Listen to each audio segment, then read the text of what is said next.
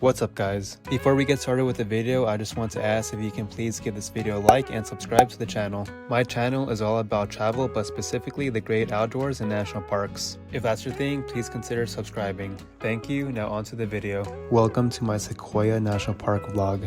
Sequoia is home to the indigenous sequoia trees. These trees are the largest in the world and can only be found in the Sierra Nevada mountains in California. We kicked off our visit at the iconic park sign to take a few pictures.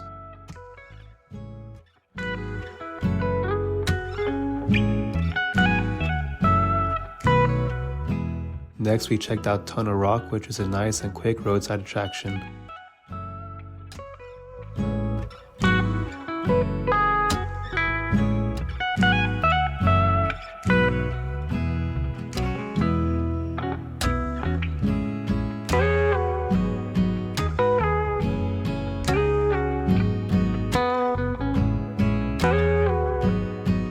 Not too far up the road is Hospital Rock, which displays a few petroglyphs.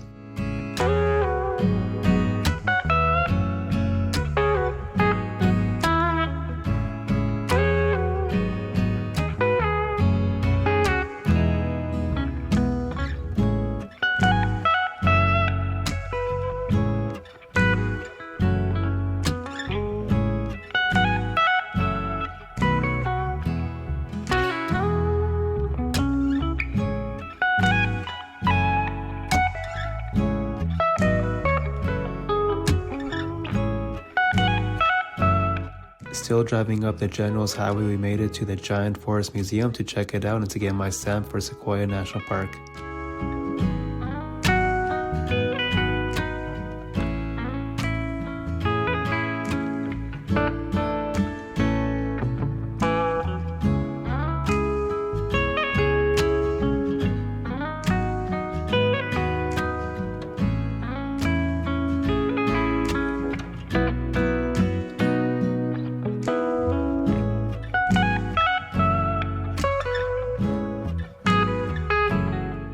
The Big Trees Trail is right outside the museum and is a great introduction to the park. The trail isn't too long, only being a 1.2-mile loop that circles around the aptly named Round Meadow.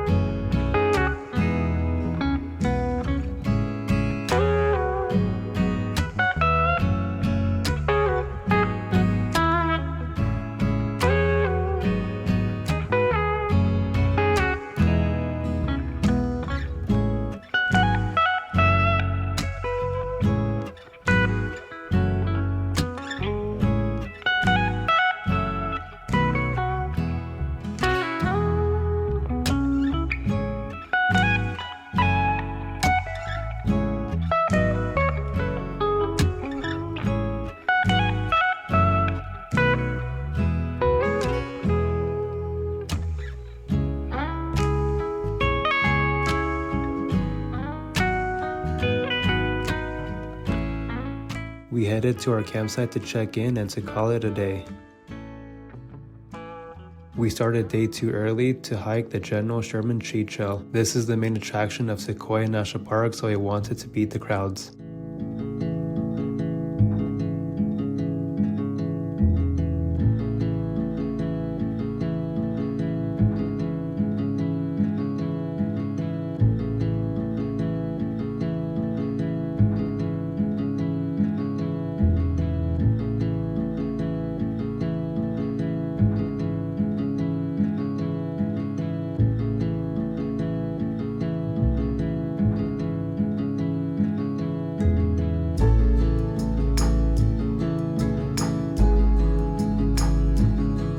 The General Sherman tree is the largest tree in the world by volume. Pictures and videos don't do this tree justice. You have to stand next to it to really get an appreciation of how big the tree really is.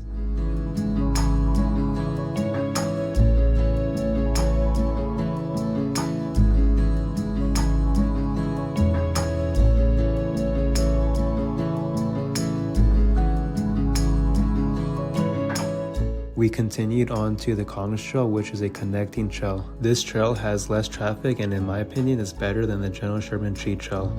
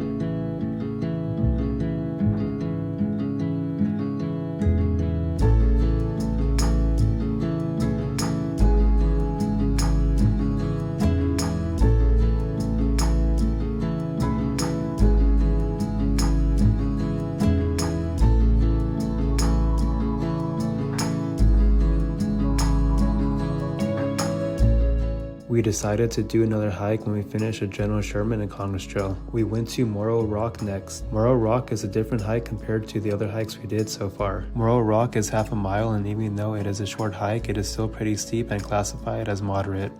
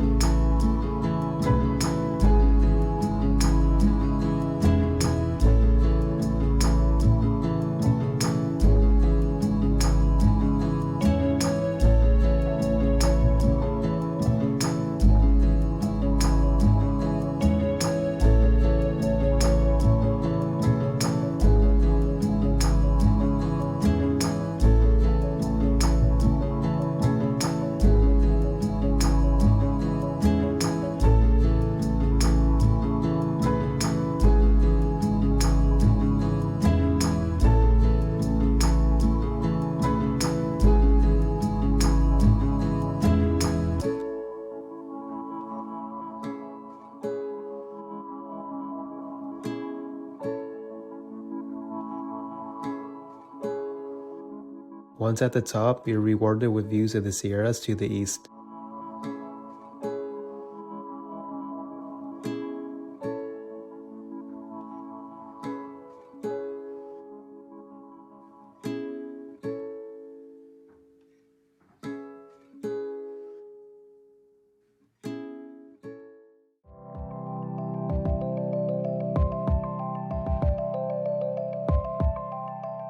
We went back to the campsite to eat. Afterwards, we hiked to Tocopah Falls. The trailhead was right next to our campsite.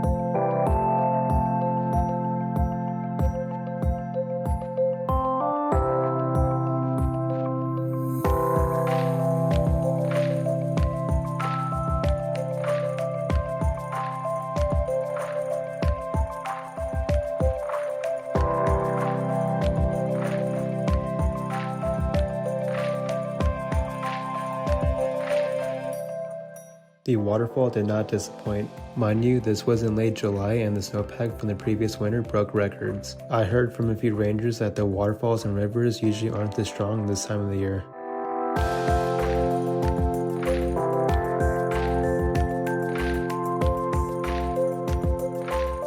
Before calling it a day, we went to Kings Canyon. Unfortunately, during our visit, Highway 180 was closed due to the road being damaged. This road goes down into the canyon itself.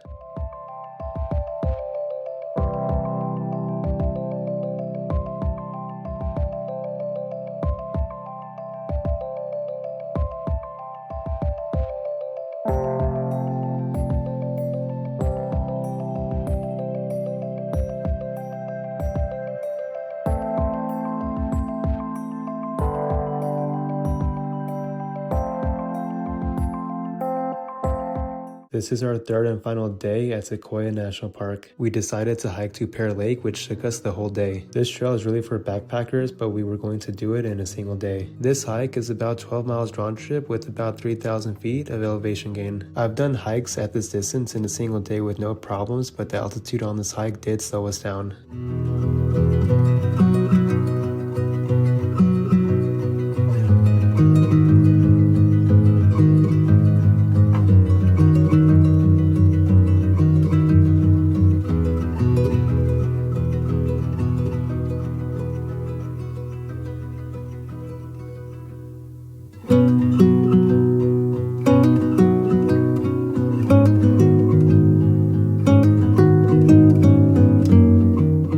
We made it to the first lake, Heather Lake. It's about 4 miles in.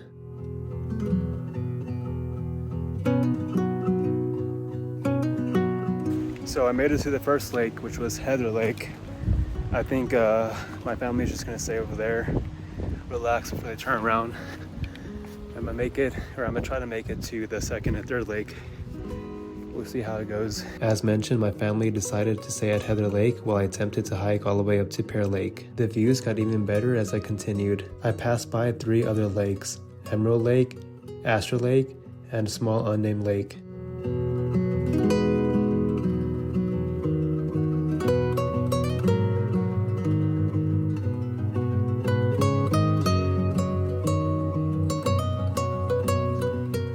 So we're pretty close to the third lake, which is Pear Lake. Unfortunately, we had to walk past the middle 2 lakes because we're kind of running out of time here. If we have enough time, we'll probably just check them out on the way down.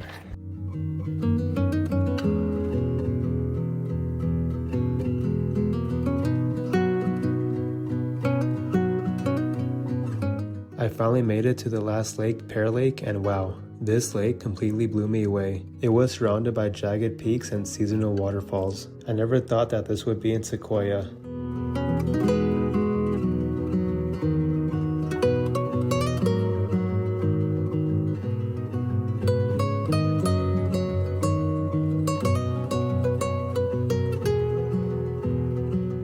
So we made it to Pear Lake.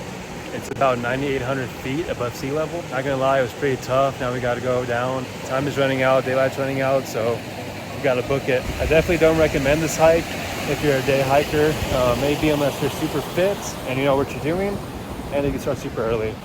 Other than that, I recommend just staying here over the night.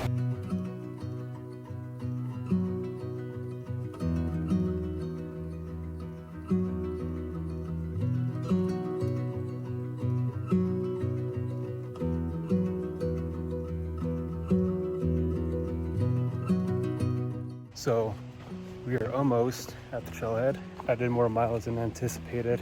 I think I did 2 additional miles overall, although all trails did say that this hike was around 12 miles.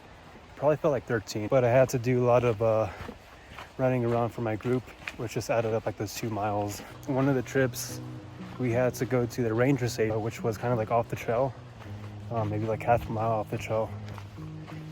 And then my friend needed water. Well, the rangers gave us their purified water and they let him use the bathroom. And then in return, they asked us if we could fill up like these 2 buckets of like 5-gallon buckets of water on the nearby waterfall for them. So it is what it is, but I'm just glad that they gave him more water because he was all out of water at the top. I think after this hike and after this trip to Sequoia, I think Sequoia goes up in my national park rankings. I've been to Sequoia National Park before, actually 2 years in the COVID season, and it just felt kind of one-dimensional. You know, I was under the assumption that it was just like a bunch of huge sequoia trees, but that's just not the case. The views from this hike today literally just blew my mind away. If I ever visit Sequoia again in the near future, I think I'm just going to do some backcountry hiking because it just blew my mind away.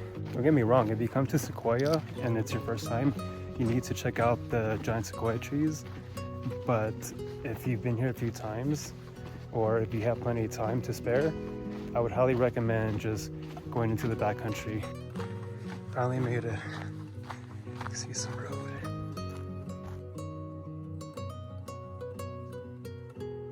Thank you for watching. Please remember to like and subscribe if you haven't already. Thanks again, and I'll see you in the next one.